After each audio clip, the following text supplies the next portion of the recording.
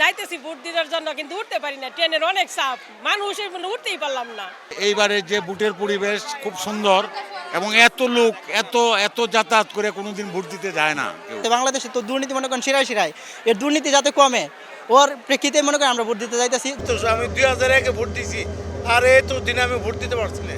আমি আজকে কালকে 12 তারিখে আমি ভোট দেবো। আমার বয়সে আমি এখন পর্যন্ত ভোট দিতে পারিনি, এইবার ফার্স্ট ভোট দেবো, এই জন্য নিজের কাছে একটু আনন্দ লাগতেছে। কষ্ট করে যাইতেছি যে এই জন্যই যে যাতে নিজের ভোটটা নিজে দিতে পারি। এতদিন তো ছিল স্বৈরাচার, যার ভোট যে আদায় করতে পারে না আর কি। অসুস্থ শরীর নিয়ে যাচ্ছি, ঈদের সময়ের মতো ঈদের আনন্দে উপভোগ করতেছি। মন যেখানে যাবে সেখানে ভোট দিব, সুষ্ঠু নির্বাচন আশা করতেছি। কষ্টকরভাবে যাইতেছি, তাও তার মধ্যেও আবার আনন্দ আছে যে ভোট দিতে যাইতেছি। আমরা যেমন নিরাপদ থাকতারি, যেমন নিরাপদ চলাফেরা করতারি, আমরা এই জন্য চাই।